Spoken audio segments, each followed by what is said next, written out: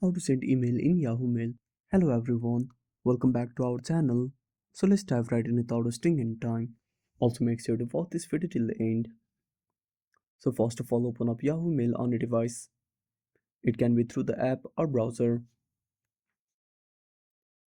Now once you open it, simply tap on the pencil icon at the top right corner. Now type the email where you want to send the mail.